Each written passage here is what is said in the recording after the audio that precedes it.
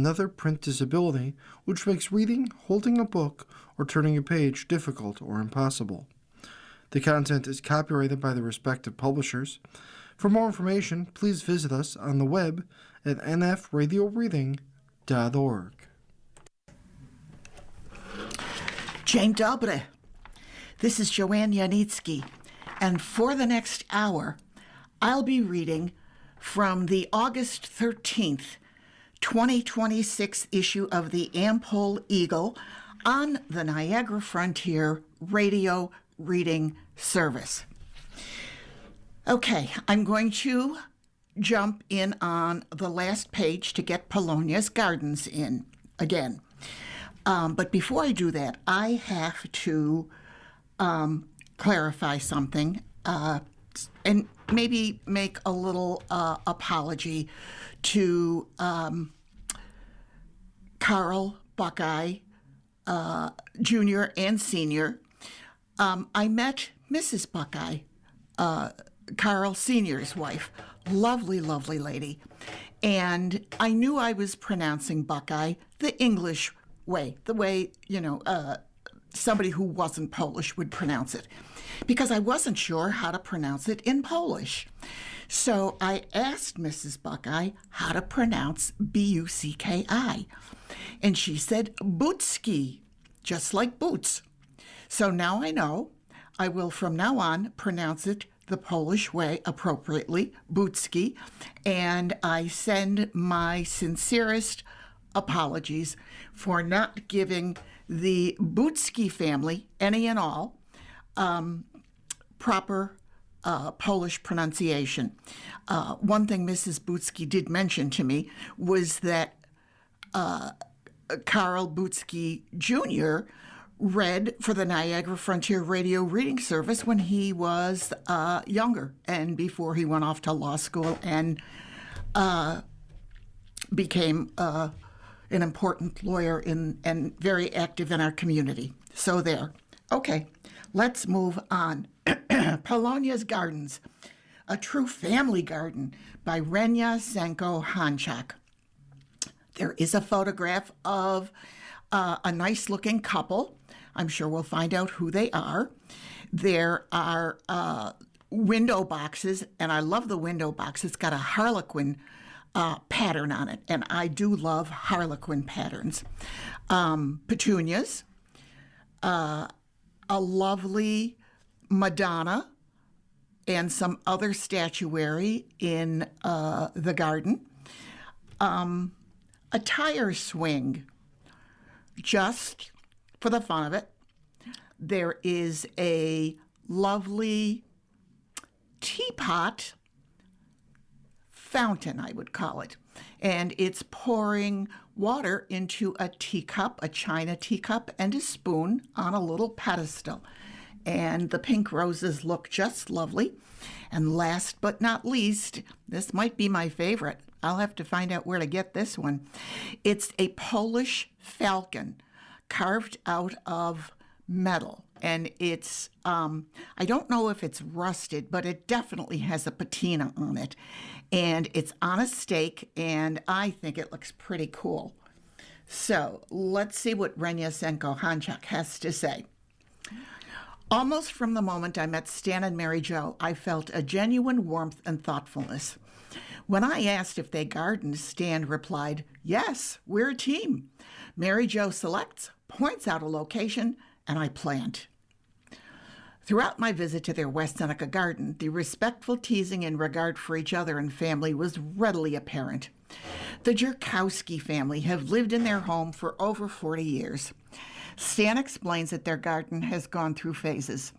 First, the sandbox toy period, which morphed into the 3-foot pool ice skating period.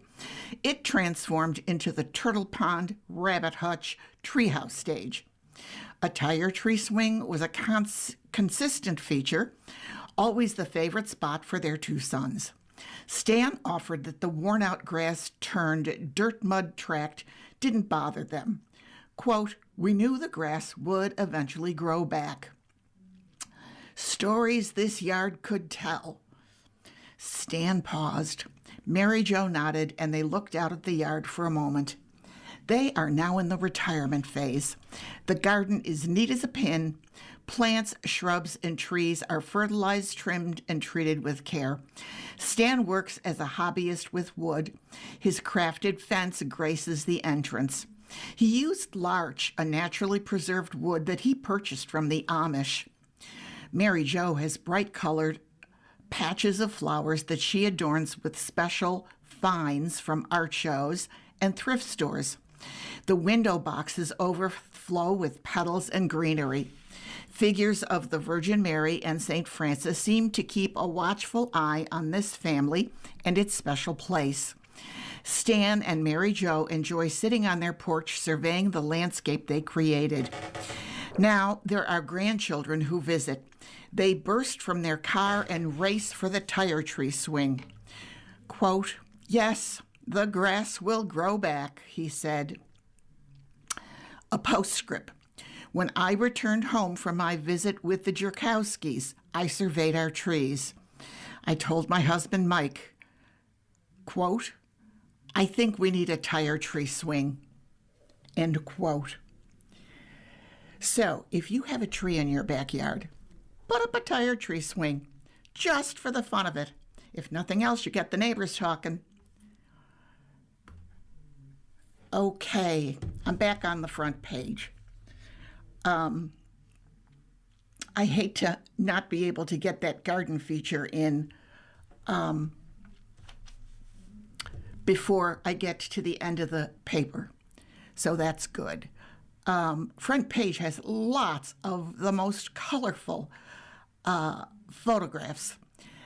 Photos are by Peter Sloan, and the photographs are from the Buffalo Bisons, which hosted the Polish Festival Night on August 4th, downtown Buffalo.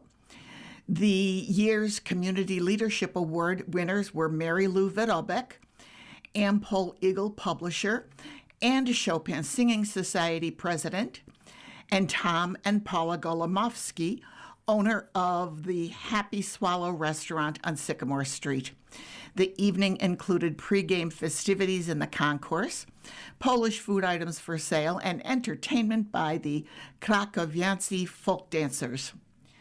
So, first photo from left to right, Bison's director of sales Jeff Lundquist, Tom and Paula Golomovsky, Sharon Golden of the Buffalo Polka Boosters, former Erie County Judge Michael Petruska, Mary Lou Vidalbeck, and Buffalo Polka Boosters President Chris Tansky.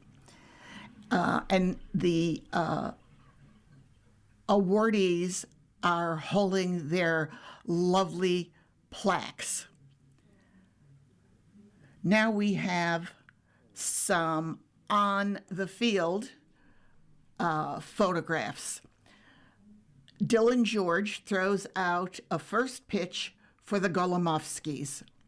Doesn't say if there's a connection, if he's a grandson or whatever it is, and standing in the background are some of the Krakowiancy dancers, and they've got their wonderful costumes on, and the colors, the reds, the blues, the bright greens, the yellows, you name it, and just so colorful.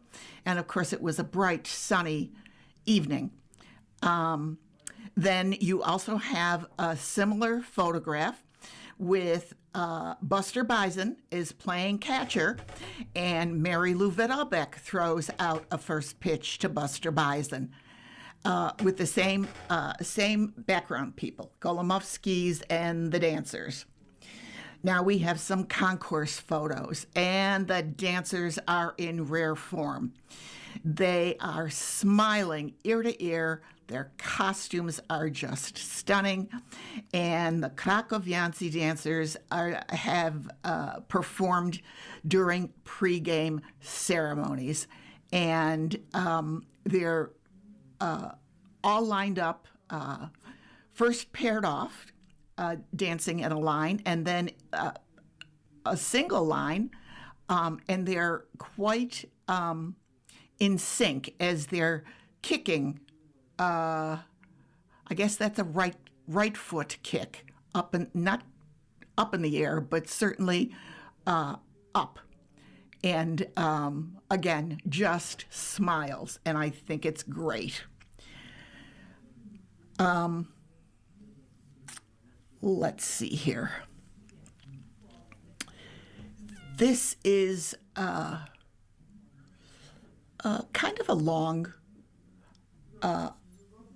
article, but I think we're going to be able to get through it before the break. There's a photo by Peter Sloan, and it's a photo of a painting of a Madonna. And she's got "The Whole World in Her Crown" is the title. This is the first in an occasional series of interviews with Henry Świątek about art inside the Catholic churches of Buffalo's Polonia district and beyond, and it's by Amber Healy. Quote, "When young people come to me, even my grandchildren or great-grandchildren, I tell them, learn how to do something that you love to do and do it so well that someone will pay you to do it." End quote. Henry Świątek knows he's a fortunate man. He didn't initially set out to restore art, let alone many of the beautiful paintings and murals tucked inside Buffalo's historic and breathtaking churches, especially in Polonia. He originally wanted to be a journalist, but he and his family have made a name for themselves reviving and preserving priceless paintings and wood carvings to allow future generations to see their beauty.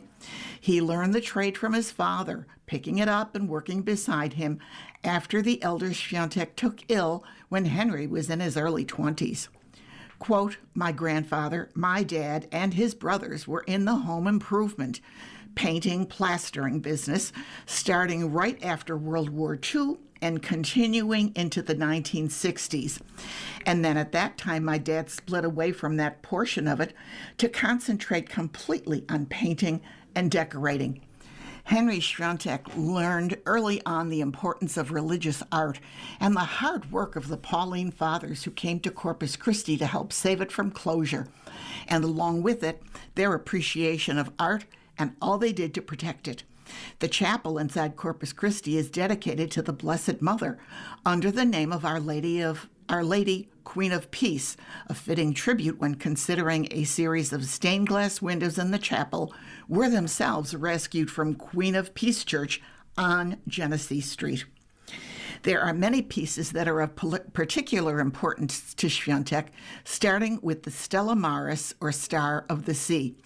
This piece was painted by Father Kazimierz Szarkiewicz, a seminarian in Poland who was, quote, "a true Renaissance man, multi-talented in almost every discipline he pursued. His bishop recognized his talent, and in 1938, the bishop sent him to study at the Sorbonne," end quote. Father Szarkiewicz received several degrees there, including 2 PhDs, and went on to teach at the renowned institute before World War II began. Unable to return to Poland, Father Szarkiewicz joined the French resistance in Paris. Quote, "He was active in disseminating information about the Nazis in France. The Gestapo found out about him and tried to capture him. On several occasions, they found out where he was staying and searched the building, but he escaped, successfully hiding from the Nazis for many years. One account has Father Szarkiewicz saying he would hide behind chimneys as Nazi soldiers chased him across rooftops. Quote, "When he was in hiding, he continued to publish reports about the occupation. He was only able to survive on what he described as scraps of bread and water," Świątek says. When the war ended, his already slim body was so frail, he needed to be put in a full body cast to recover his strength. It was then that he began painting again, completing around 50 pieces while recovering in Paris. One of those pieces is the Stella Maris, depicting the Blessed Mother Mary, her feet gently above a body of water, her body draped in the usual white gown with a pale blue robe with a rose-pink lining. What makes this painting by Father Szarkiewicz, measuring 7 feet tall by 6 feet wide, special is her crown.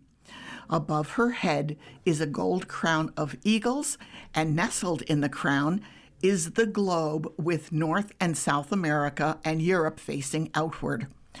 Quote, the concept of the painting is that the Blessed Mother is standing above the bodies of water that carried the diaspora to a better life, Świątek says. The Star of the Sea, for navigators, is the North Star, the guiding light that helped them navigate safely through troubled waters to solid shore. In this painting, Mary isn't just bringing people from Poland to North America, but to safety after World War II all around the world.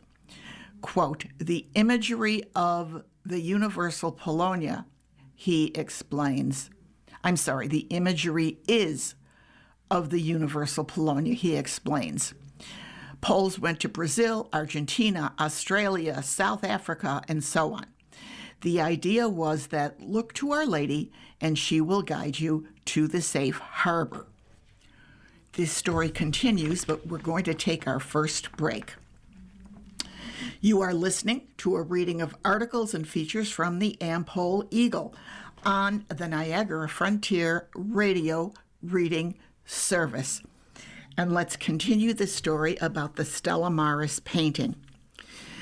The painting has become a favorite of his, referring to Świątek. Quote, I absolutely love it. The more I investigated it, I thought this story had to be told. It's almost like an Ian Fleming novel, end quote, referring to the cloak and dagger actions of James Bond to evade the bad guys in order to complete his daring assignment. Father Świątek initially landed in the United States in Washington, D.C. to help people assimilate into the United States after the war, later coming to Buffalo at the request of a priest from St. Francis Church sometime in the 1960s.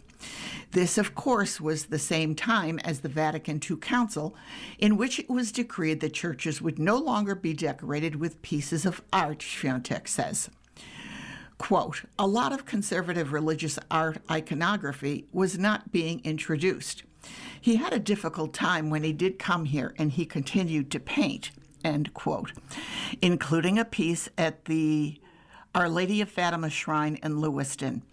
Our Lady of Polonia first lived in another location before being moved to Corpus Christi. Father Świątek lived the rest of his life in seclusion at the rectory of Queen of Peace, developing health problems stemming from the hard life he lived during World War II in France. He died at a relatively young age. Quote, the pastor here at Corpus Christi at the time, they were doing renovations at the mother house, and they could no longer keep it where it was being presented, Świątek says. He continued, people wondered what a painting of that size is doing in a chapel of our size, but it goes back to the Paulines have a European appreciation of art and feel an obligation to preserve it, end quote. When the other church was being renovated, it was carefully removed and transported to Corpus Christi, where it is now on display. Due to the size of the painting, the door had to be removed from the frame and the frame itself cut to bring it inside. Quote, the chapel is the former convent at Corpus Christi Church, the same convent that Mother Colette Hilbert started the Franciscan Sisters, he says. He continues, when the Paulines came, they immediately started the transformation of the chapel, which is now our daily weekday Mass chapel, end quote. There is also another photograph by Peter Sloan that is the altar at the chapel in Corpus Christi Church in Buffalo. So,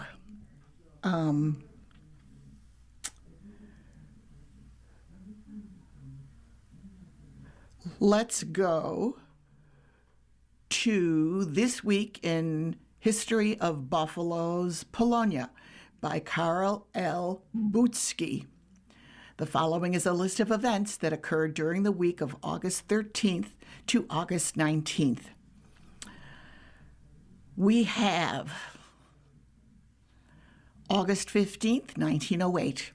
Fire destroys sheep sheds located on William Street near Precious Blood Church in Buffalo's Central Polish District. Prior to their destruction, the sheep sheds were the largest such stock facility in the world. 6,000 sheep perished in this disaster.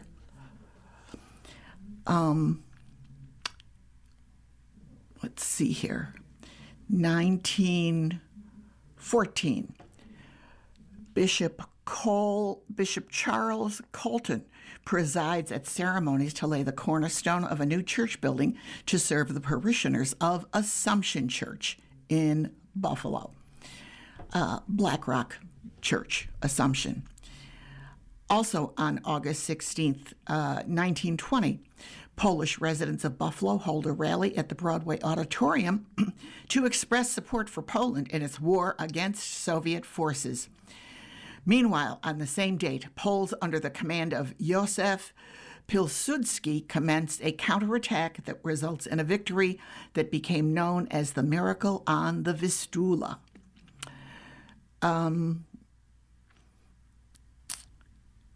August 15th, 1920, founding of St. Valentine Parish to serve the Polish community in the First Ward of Buffalo. August 19th, 1920, 2,500 residents from the vicinity of Dunkirk, New York, gather at St. Hyacinth Church to express support for Poland in its struggle to repulse a Soviet attack at the Battle of Warsaw. August 14th, 1945. In response to the announcement of the Japanese surrender to end the Second World War, thousands of residents spontaneously attend special evening services at the Polish churches of Buffalo. On behalf of the community, Health Commissioner Francis E. Franczek issues a statement, quote, "Thanks should be given by every individual to Almighty God that in His mercy He has brought this calamity to an end." End quote. And finally, August 17th, 1976, Karol Cardinal Wojtyła, the future Pope John Paul II, arrives in Buffalo with 18 Polish bishops for a 2-day visit. While in Buffalo, he concelebrates Mass at St. Casimir Church.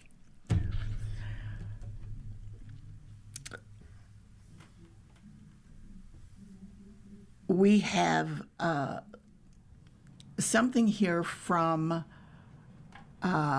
James L.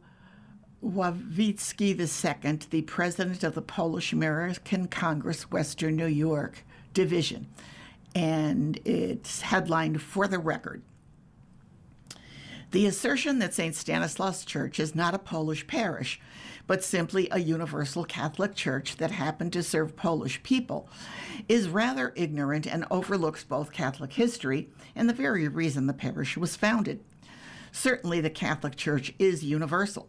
The word Catholic itself means universal. Every parish exists as part of the one church established by Christ, sharing the same faith, sacraments, and mission.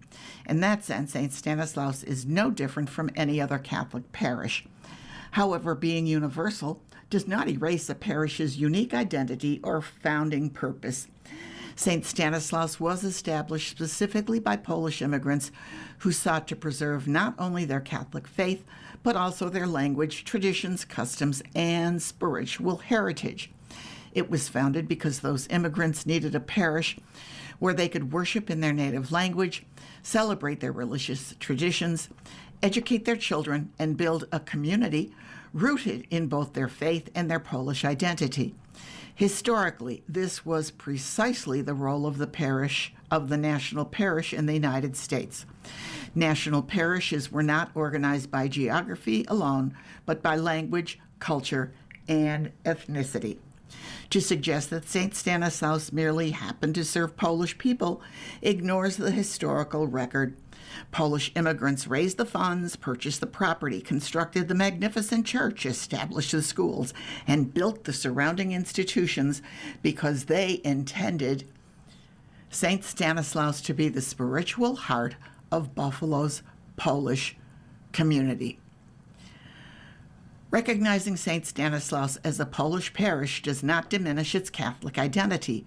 Rather, it reflects the beauty of the Catholic Church, which embraces many peoples and cultures while remaining one church. The Church itself teaches that cultures enrich Catholic life rather than compete with it. The universality of the Church is expressed through the diversity of its peoples, not by erasing their heritage. Today, St. Stanislaus warmly welcomes all who seek Christ, regardless of ancestry. Yet openness to all does not require abandoning the identity upon which the parish was founded. Just as one can welcome every visitor into a family home without forgetting the family's history, St. Stanislaus can faithfully serve all Catholics while remaining the mother church of Buffalo's Polish-American community. These historical facts are clear. St. Stanislaus did not simply serve Polish people by coincidence.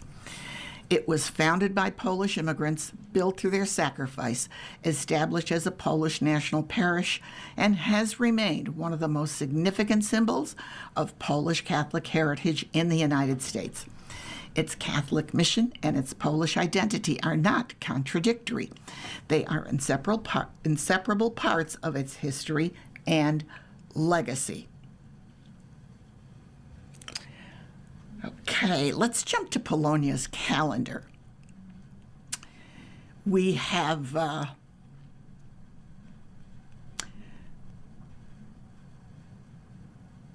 Saturday, August 15th, Our Lady's Street Fair and Harvest Blessing Mass. This is Church of St. Casimir, 160 Cable Street in Buffalo, New York. There is a 6:30 p.m. outdoor mass, weather permitting. The procession starts at 6:30. I'm sorry. Mass is at 7 p.m. The fair includes ice cream social, bake sale, food court, palm weaving demo, Wycinanki sale, and more. And that all starts at 4 o'clock. Sunday, August 23rd, all Polish composer concert by the Amherst Chamber Orchestra at St. Stanislaus Church, 389 Peckham Street in Buffalo. 2:30 in the afternoon, sponsored by the Polish Arts Club of Buffalo, free will offering. There's an encore garden party following the concert at the former convent at the Wilson Street entrance. To purchase $20 advance tickets, you can go to, I have a website, www.polishartsclubofbuffalo.org. Again, www.polishartsclubofbuffalo.org. I also have a phone number. To reserve, call 716-863-3631. Again, 716-863-3631. Tuesday, August 25th, the final Our Lady of Częstochowa service at Queen of Angels Parish, a secondary worship site, formerly St. Michael's Parish in Lackawanna, New York. It's at the corner of Electric and Warsaw Streets. At 6:30 p.m., Father Kasperzak will preside and say Mass. Light refreshments will follow in the parish hall.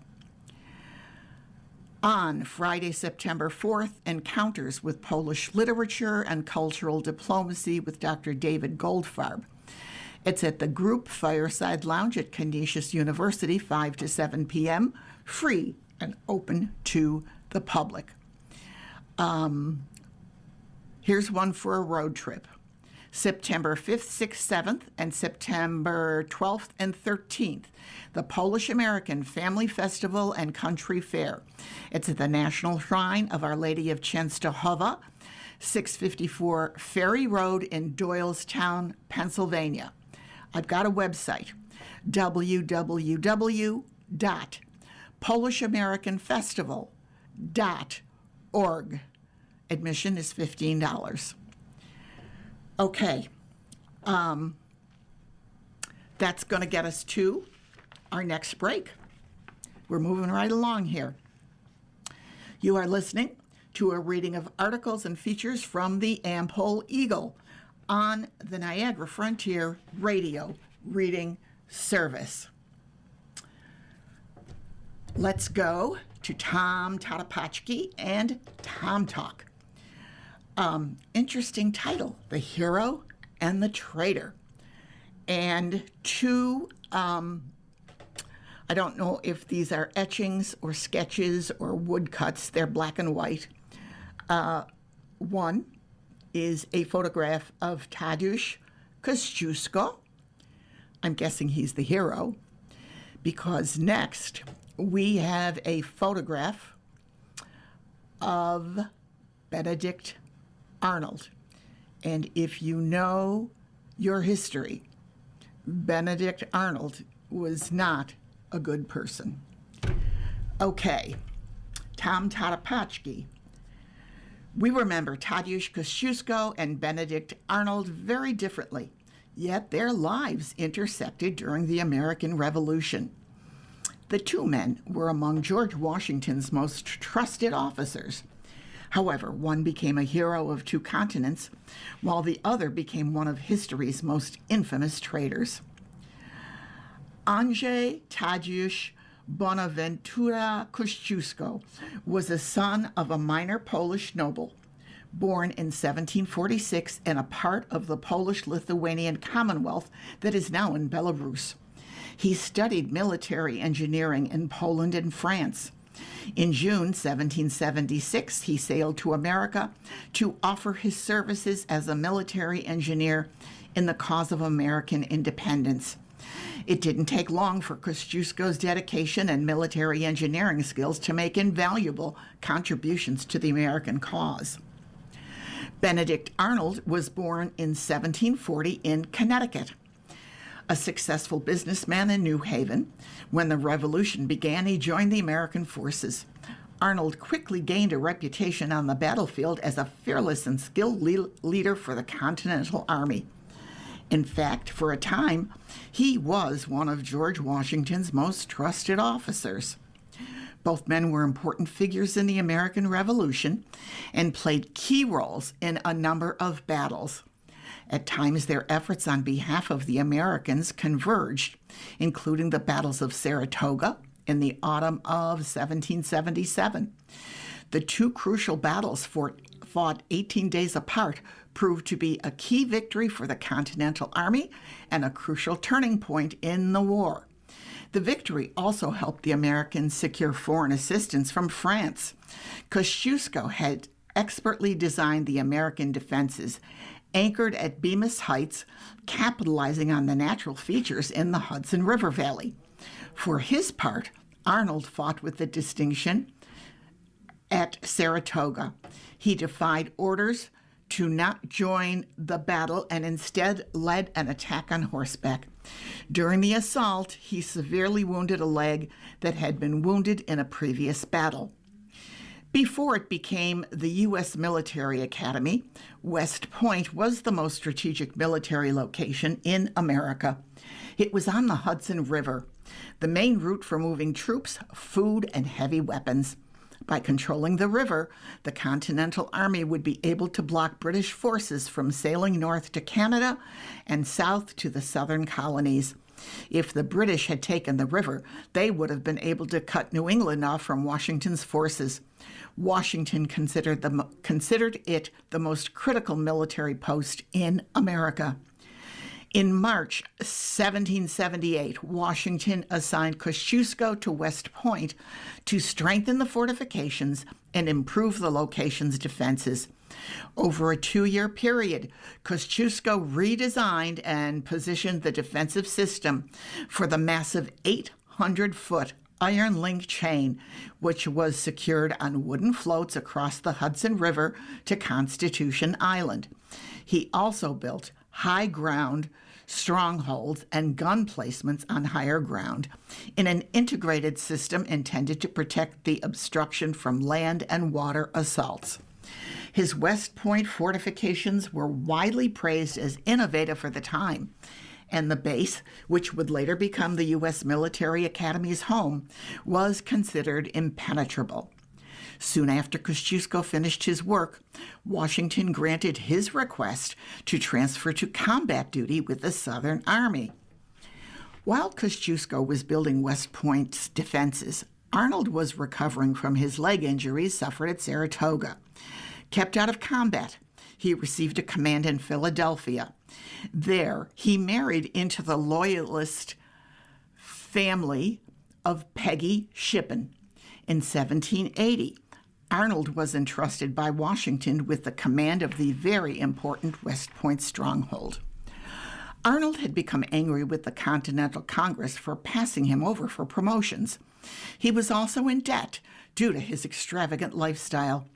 Knowing of West Point's great value to the British, Arnold plotted with British Major John Andre to hand over Kosciuszko's defense plans to the enemy. Andre was a close friend of Shippen and head of the British spy system in New York. Eventually, Arnold entered into an agreement with John Andre to turn over Kosciuszko's plans for West Point to the British in return for British military rank and financial reward. Arnold passed on Kosciuszko's plans to Andre, but the spy was captured by some New York militiamen with the secret papers in his boots. Hearing of the capture, Arnold fled on a British ship, leaving Andre behind to be hanged as a spy. Not only did Arnold betray America, but he also fought against it. In 1781, he led British forces in a raid in his native Connecticut that burned New London and killed dozens. That year, he left America, never to return. Arnold died in 1801 at age 60. Even today, his name is synonymous with treason. Kosciuszko fought in the Continental Army until the British forces were expelled. He later returned to his homeland to fight for Polish independence and died in 1817 at the age of 71. Today, Arnold is remembered as America's most notorious traitor, and his name is synonymous with treason. On the other hand, Kosciuszko is considered a national hero of Poland, the United States, Belarus, and Lithuania. Here in America, while many may struggle to pronounce Kosciuszko, his name is still held in great esteem, and there are cities, bridges, roads, and monuments that have been named in his honor over the years. Recently, CBS Sunday Morning presented a segment about Kosciuszko's contributions to American independence, featuring Alex Stodozinski, author of The Peasant Prince, Thaddeus Kosciuszko, and the Age of Revolution. You can catch it on YouTube. Okay, so go to youtube.com. I was on it last night. I don't know if you have to search CBS Sunday Morning. You can try that. If you search for Alex Stodozinski, the author, as a last resort, you can search for Kosciuszko. That's going to bring up a lot. So try CBS Sunday Morning and Alex Stodozinski first. So you can see the CBS Sunday Morning piece. Okay, football has started. The stadium is beautiful. The food is marvelous. And that brings me to pierogi, now at New Bill Stadium. Babcia's Pierogi recently announced its pierogi will be on sale to Buffalo Bills fans who attend games at Highmark Stadium in Orchard Park, New York. Babcia's classic farmer's cheese and potato pierogi will be sold at the stadium this season. Babcia's Pierogi posted online, quote, "From our kitchen in Buffalo at Broadway Market to game day in Orchard Park, we couldn't be more excited to share a little taste of Babcia's with the Bills fans from near and far," end quote. So, go Babcia's. And of course, go Bills.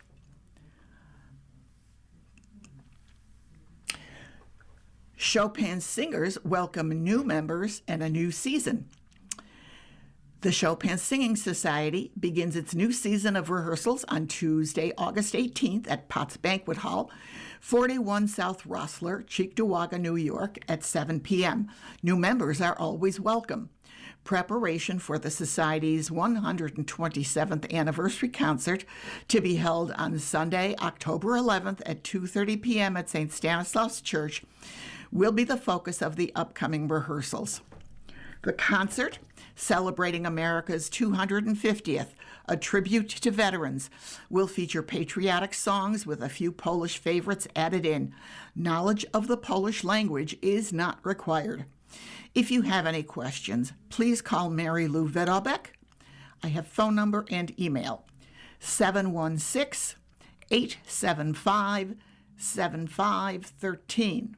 Again, 716-875-7513.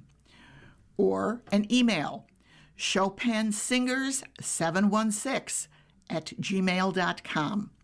Again, chopinsingers716@gmail.com. Vidalbeck said, quote, "Join us in the camaraderie that a choir provides and help promote Polish culture." End quote. Okay, we've got a couple photographs here. A band on a stage, people sitting at tables and listening, and people dancing. The honky polka sound drew crowds. And this is by Wendy Wassner. Cuisine such as Polish sausage, fried bologna, hot dogs, hamburgers, roast beef, and pulled pork sandwiches, and pierogi were all for sale, as well as snacks and drinks on a lovely Sunday late afternoon evening on August 9th at Buffalo River Grove on Clinton Street in West Seneca for honky polka music. It featured the music of Gary Krupski, Tommy Picciano, Tyler Zavatsky, Brian Urbanchik, Eric Bukowski, and Andy Boychuk. The beautiful sunshine-filled day brought out many folks to sit and relax and enjoy the festive polka music. Many people made their way to the dance floor to polka the early afternoon and evening away. Admission to the event was only $5 a person. Many people wore the color red with Polish-themed t-shirts. There was even a raffle to win a Polish baseball jersey. I had the opportunity to sell my newest book, My Little Pierogi, along with the cute pierogi ornaments and decorative pierogi pillows. There are no identifying names, unfortunately, but it looks like there was a good crowd and people definitely having fun. Okay, polkas on tap. We have Tuesday, August 18th, Erie County Fair, Slade Park from 1 to 4 p.m., the New Direction Polka Band. On Saturday, August 22nd, Ronnie's Polka Party from 5 to 9 p.m. It's at St. Stephen's Bethlehem Church, 750 Worley Drive. Free admission. Polish Pride plays. Saturday, August 29th, Infant of Prague Summerfest, 921 Cleveland Drive in Cheektowaga, New York, from 2 to 5 p.m., the New Direction Polka Band. Saturday, August 29th, Buffalo German Fest, Cheektowaga Town Park, 1 to 4 p.m. Polka Boys will play. I'm sure there will be German bands as well. Saturday, August 29th. Let's see. Okay, I did that one. My bad. Wednesday, September 16th, Polka Boosters Meeting. Bill's Tailgate Party. Sign up is required. Polish Falcons, 445 Columbia Avenue in Depew, New York. Doors open at 7 p.m. Meeting from 7:30 to 10 p.m. and 7 will play for your listening and dancing pleasure. I can squeak one more in. We're going into October. Wednesday, October 21st, Polka Boosters meeting, Polish Falcons again, 445 Columbia Avenue in Depew. Doors open at 7, meeting from 7:30 to 10 p.m., featuring the Buffalo Concertina All-Stars. Okay, let's take our last break.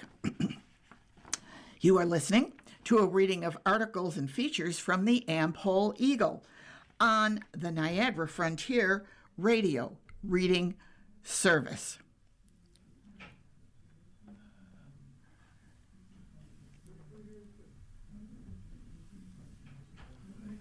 Okay, let's see where we are. There's another article here, and it's again by Amber Healy. It's titled Hall Stonish presents an overview of Polish immigration in Buffalo. And there is a slide shown, and it's a slide that shows the map of Poland. I believe the map is, well, it doesn't really say. It says Buffalo by 1910, but it doesn't say what Poland is. Anyway, it says Buffalo's early Polish population is highlighted in a slide by Deborah Hall Stonish, a speaker and presenter with Explore Buffalo. And by 1910, 50% was German Poland, 30% was Austrian Poland, and 20% was Russian Poland. I can't read the fine print in the map and the legend, so I'm not sure how to translate that. But let's see what Amber Healy has to say. Did you know that despite the deep pride in hosting the biggest Dingus Day party just about anywhere, Buffalo is 6th in the nation when it comes to the population of people with Polish heritage? Deborah Hall Stonish, a speaker and presenter with Explore Buffalo, gave an hour-long talk in the Buffalo and Erie County Public Library, the Central Library, last Saturday, providing a detailed history of the ways in which Polish immigrants changed Buffalo in the 1800s through today. Some of the statistics are undoubtedly familiar. More than 9.3 million people in the United States have Polish ancestry, the 4th largest European ancestry group in the country, representing about 3% of the population overall. Wisconsin has the largest population of people with Polish heritage, 12%, followed by Michigan, 10%, Connecticut, 9.5%, and Illinois, 9%. Which helps explain how Chicago, home to nearly 1/3 of all Polish immigrants in the United States, is the city with the largest population of descendants from Polonia. Buffalo still ranks in the top 5, along with New York, Philadelphia, and Milwaukee. The Poland designated on today's map didn't exist until much later than many people might suspect. Up until 1918, today's Poland was largely partitioned into 3 parts governed by Prussia, the Austro-Hungarian Empire, and Russia. National borders at the time in Poland wavered frequently, which is why some birth announcements are in Polish, some are in Russian, some are in Czech or other languages. Similarly, there were 3 distinct waves of immigration, first from the Prussian or German stronghold, followed by those from Austria, and finally from the territory governed by Russia, with the first settlers, Jewish Poles, coming over from Russia-controlled areas in the 1840s. Hall Stonish said, "The Polish people are known for being very closely tied to the Catholic faith, and the Poles who immigrated to Buffalo were no different." Quote, "The first Catholic settler recognized here came in 1864. But a huge wave started in the 1870s, and by 1910, there were 70,000 people who had relocated here, she said. Like the Germans, Italians, and Irish immigrants, who also made up a big portion of Buffalo's populations, the Poles who came to Buffalo were looking for a better life and to get away from, quote, a very high unemployment, oppressive taxation. One of the main things was a lack of industrial development because a lot of these people worked in factories. They worked in manufacturing, end quote. She continued, they were also fleeing religious persecution, especially the Jewish Poles. They all wanted to be independent from these empires, and these empires were socially discriminating against them. They wanted to eviscerate Polish culture. They didn't want it to exist as a separate entity, end quote. Perhaps that's why, as soon as Poles began setting up homes and communities in Buffalo, the churches followed. As families and individuals settled here, first near the Broadway-Fillmore area, then Kaisertown, then Black Rock and points further east, as soon as houses went up, buildings were put up as temporary churches until a permanent structure could be provided. The first church for Poles on what's now Buffalo's west side was, of course, St. Stanislaus, the mother church of Polonia. The land on which St. Stan's was built was donated by Joseph Bork, a former city treasurer and prominent land developer who built more than 1,100 cottages in the Broadway-Fillmore neighborhood, where 6 families would live together in a 2-story home with rooms measuring 7 feet by 7 feet. Father John Pittis, born in the German area of Poland, attended seminary in Rome and was ordained in Buffalo, was the first priest at St. Stan's and is credited as its founder, overseeing a small wooden church that was built in 1874. The grand cathedral that stands today was completed in 1886. Next in line and following the spread of the Polish population was St. Adalbert, just a few blocks away. Quote, when you look at all those cottages around Stanislaus and you had like 20,000 people, you needed to start carving it up and move it along, because the further you go out, people didn't have cars. They're walking. You had to have a parish close to where they lived so they could attend services, Hall Stonish explained. St. Adalbert's was started in 1886 and completed by 1891, followed by Assumption Church in Black Rock, founded in 1888. The current structure was completed in 1914 and built to seat some 1,500 people. By 1922, there were 34 churches built and serving the Polish Catholic Church population of Buffalo, Hall Stonish said. A good number of these churches are still open and offering masses. Some, like St. Stanislaus, still offer masses in Polish, while others, like St. Luke Parish, have been modified to serve the community in other ways. Many will host open houses during Holy Week to allow visitors to see the beautiful art contained therein. Schools came with the churches, as many Poles wanted their children to receive Catholic education, including the all-boys St. Francis High School in Athol Springs, in addition to schools associated directly with the churches.